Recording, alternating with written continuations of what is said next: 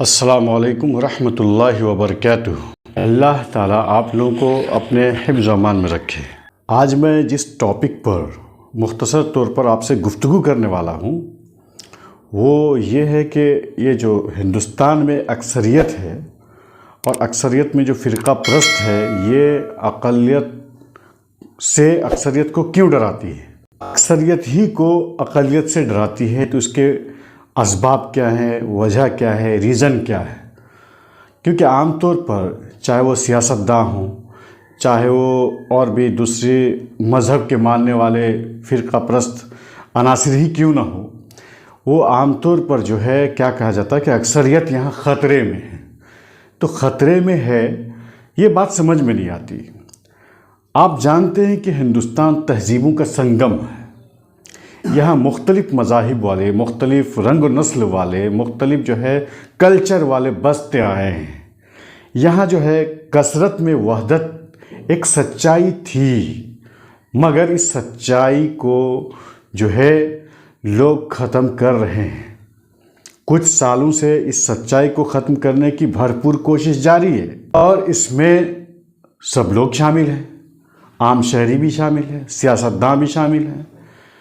آخر یہ اکثریت جس کے ہاتھ میں حکومت ہے، پاور ہے، اقتدار ہے، اور ملک کا باغ ڈور انہی کے ہاتھ میں ہے، تو پھر اتنا اقلیت سے ڈر کیوں ہے؟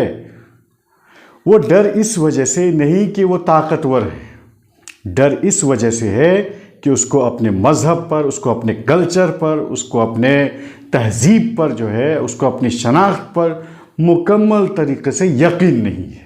وہ اپنے مذہب پر صحیح سے بھروسہ کر ہی نہیں سکتے، لیکن ایک مسلمان کو ہمیشہ اس بات پر بھروسہ رہتا ہے کہ اسلام مذہب قیامت تک رہے گا، اس کو غلبہ حاصل ہوگا، اور یہی سب سے سچا مذہب ہے۔ اسی لیے اس مذہب کے ساتھ وہ خوش دلی کے ساتھ، دل کے ساتھ کیا کہتے ہیں، جڑے رہتے ہیں۔ یہ اکثریت سمجھتی ہے کہ ہو سکتا ہے کہ اقلیت ہم پر غلبہ حاصل کر لے، بالادستی اس کی ہو جائے۔ اس کے لیے موب لنچنگ کے ذریعے، نفرتی بھاشا اور تقریر کے ذریعے، اور میڈیا میں غلط تشہیر اور پیغنڈا کے ذریعے جو ہے کیا ہے، زہر اگلا جاتا ہے۔ پھر نتیجہ کیا ہوتا ہے؟ کسی کا قتل عام ہوتا ہے، کسی کا قتل ہوتا ہے، کوئی اپنی جان سے ہاتھ دھو بیٹھتا ہے۔ پہلا پوائنٹ تو میں نے یہی بتایا کہ اس کو اپنے کلچر پر خود ہی یقین نہیں ہے۔ دوسرا جو پوائنٹ ہے کہ جب بھی کسی کو ووٹ لینا ہوتا ہے، جب بھی کسی کو کسی سے کچھ مطلب سیاست کرنی ہوتی ہے، تو وہ فرضی دشمن کھڑا کرتا ہے۔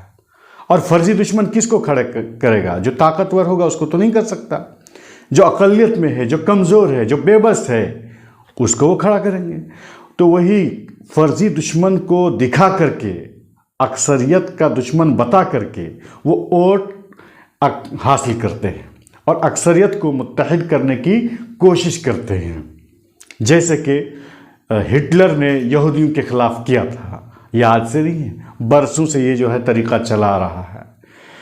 تیسرا جو ہے کہ اقلیتی طبقہ کے لوگ علم میں، حلم میں، ٹیکنالوجی میں، شعور میں، یہ کہیں ہم پر غلبہ نہ حاصل کر لیں، یہ اختیار کی بولی نہ بولنے لگ جائیں، اس لیے اس کو جو ہے دبا کے رکھنا ہی ٹھیک ہے۔ اس لیے اس کو کیا کیا جائے، یہ دفاعی میں مصروف ہو جائے، صرف آواز اٹھانے تک ہی دفاع کے لیے مصروف رہے، مشغول رہے، بس یہیں تک اس کا کام جو ہے باقی رکھنا ہے۔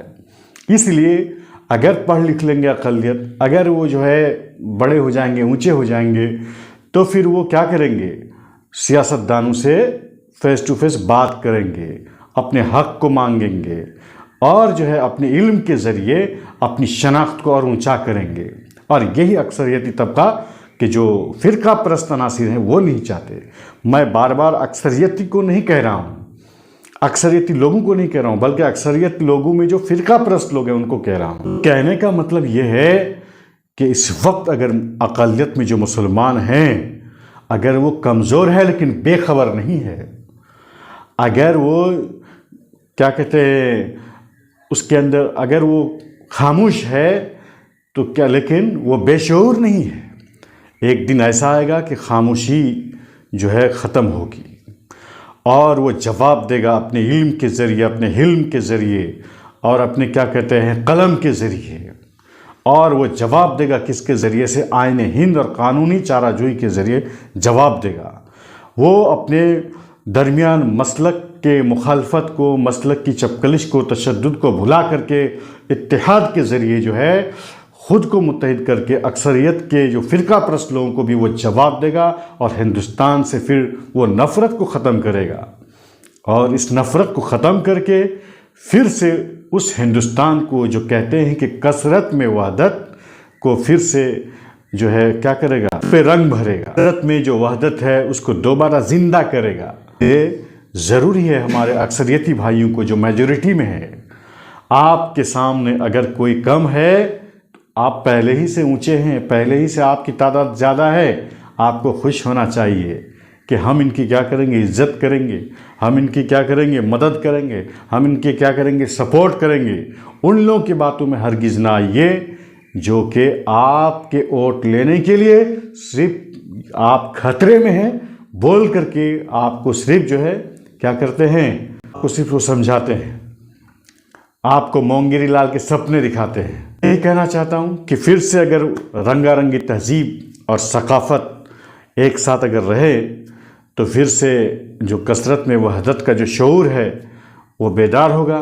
پھر ہندوستان جو دنیا میں ایک جنت کے حساب سے جانا جاتا تھا، عارضی جنت، وہ عارضی جنت کے حساب سے پھر وہ جانا جائے گا۔